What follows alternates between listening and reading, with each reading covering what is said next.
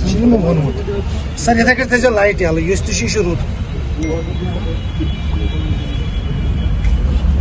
Operation गांव के बारे में ब्रीफ कर दूंगा थोड़ा सा बड़े बाकी डीआईजी साहब ने ब्रीफ कर दिया है।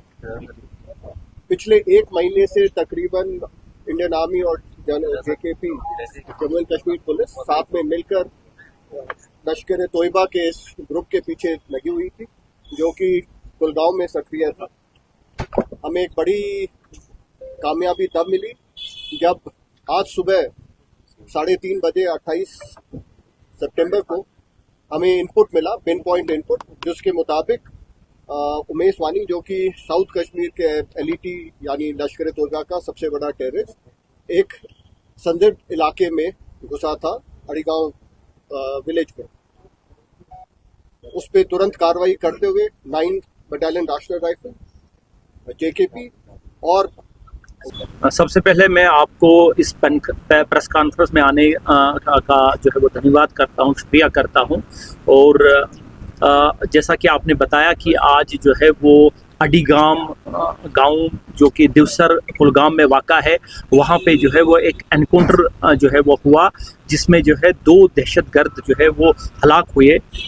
मैं ये बताता चलूँ कि ये एनकाउंटर जो है वो इसमें जो है वो एक स्पेसिफिक जो है वो खबर जो थी उस पे जो है वो काम करते हुए जो है वो आर्मी, पुलिस और सीआरपीएफ के जो है वो जवानों ने इस गांव जो पर्टिकुलर जो है वो घर का और जो पर्टिकुलर मोहल्ला है उसका मुहासरा किया। और उसके बाद जो है वो जब सर्च जो है वो जारी थी तो सर्च के दौरान जो है वो जो वहाँ पे छुपे हुए जो है वो टेररिस्ट थे उन्होंने जो है वो सिक्योरिटी फोर्सेस पे जो है वो फायरिंग की और उसके बाद जो है वो एनकाउंटर स्टार्ट हुआ। इस एनकाउंटर के दौरान जो है वो 2 दहशतगर्द जो है वो हलाक हुए जिनके जो है वो कब्जे से काफ़ी असलहा और गोला बारूद जो है वो बरामद हुआ। सर इनकी पहचान और किस संगठन किस तंजीम के साथ है सर और कितने सरगर्म थे ये? देखिए मैं बताता चलूं कि जो हमें एनकाउंटर साइट से सर्च के दौरान जो है वो हमें 2 डेड बॉडीज़ मिली। डेड बॉडीज़ जो है वो की पहचान करना बड़ा मुश्किल है, उसका जो है वो इन्वेस्टिगेशन जारी है। उसमें हमने डीएनए जो है वो सैंपल्स लिए हुए हैं। लेकिन जिस तरह से मैं आपको पहले बताया कि हमें एक जो है वो ख़ास जो है वो स्पेसिफिक इनपुट था, उस इनपुट के मुताबिक जो है 2 जो दहशतगर्द थे जो हमारी खबर के मुताबिक जो है वो एक उनमें से उमेश अहमद वानी है जो कि चवलगाम कुलगाम का रहने वाला है। ये उमेश अहमद वानी जो है वो टीआरएफ तंजीम से ताल्लुक़ रखता था और ये 2020 से जो है वो उसने जो है वो टेररिस्ट रैंक्स जो है वो ज्वाइन की। उमेश अहमद वानी का जहाँ तक ताल्लुक़ है ये पुलवामा, शुपियाँ, कुलगाम और अनंतनाग ज़िले में जो है वो सरगर्म था और इसके खिलाफ कई एफआईआर जो है वो दर्ज थे और कई दहशतगर्द कार्रवाइयों में ये मुलविस था। दूसरा जो खबर जो थी हमें वो थी आकिब नज़ीर गोजरी की। ये आकिब नज़ीर गोजरी जो है बेसिकली चाडोरा कुलगाम का रहने वाला है और उसके बाद लेकिन ये पला बड़ा जो है वो अपने मामा के घर जो है वो ये पुलवामा में जो है वो वहाँ उसकी पढ़ाई और वहाँ की उसकी परवरिश हुई।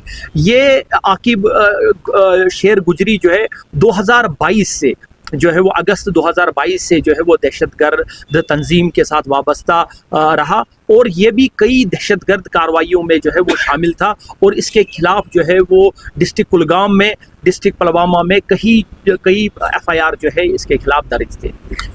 तो ये जो है ये टीआरएफ तंजीम से ये भी वाबस्ता था और ये पुलवामा, शुपियान, बडगाम, अनंतनाग ज़िले में जो है वो पिछले 2-2.5 सालों से सरगर्म था। तो सिक्योरिटी फोर्सेस को इनकी जो है वो काफ़ी जो है वो ये रिक्वायर्ड थे बहुत सारे एफआईआर्स में। तो जिस तरह से मैंने बताया कि स्पेसिफिक इनपुट के पे काम करते हुए ये आज एनकाउंटर हुआ और एनकाउंटर के दौरान जो है ये दोनों जो हमें लगता है कि ये दोनों जो है वो जिनकी डेड बॉडीज हमें मिली ये दोनों जो दहशतगर्द वही।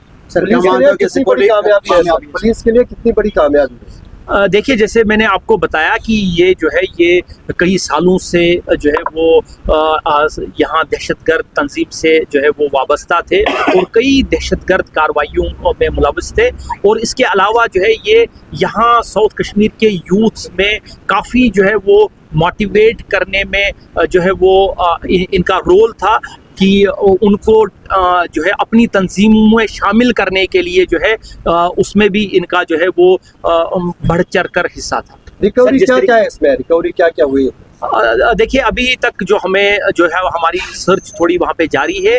अभी तक जो हमें रिकवरी मिली है उसमें 2 AK-47 राइफल्स, 5 मैगजीन्स, पिस्टल और कुछ और जो है वो असलहा जो है गोला बारूद वहाँ से जो है वो बरामद हुआ। सर, जिस तरीके से TRF जो है कुलगाम से पनपा था, क्या ये दोनों मार के अभी लग रहा है कि TRF का जो सफाया हुआ है कुलगाम से? नहीं, ऐसा कहना बड़ा मुश्किल है। ये एक इस तरह का जो है वो स्टेटमेंट जो है ना, ये मैं नहीं समझता हूँ कि इसमें जो है वो हम पुलिस और जो सिक्योरिटी फोर्सेस जो है इसमें हम लगे हुए हैं, तो ये कहना जो है वो कबल अज़ वक्त।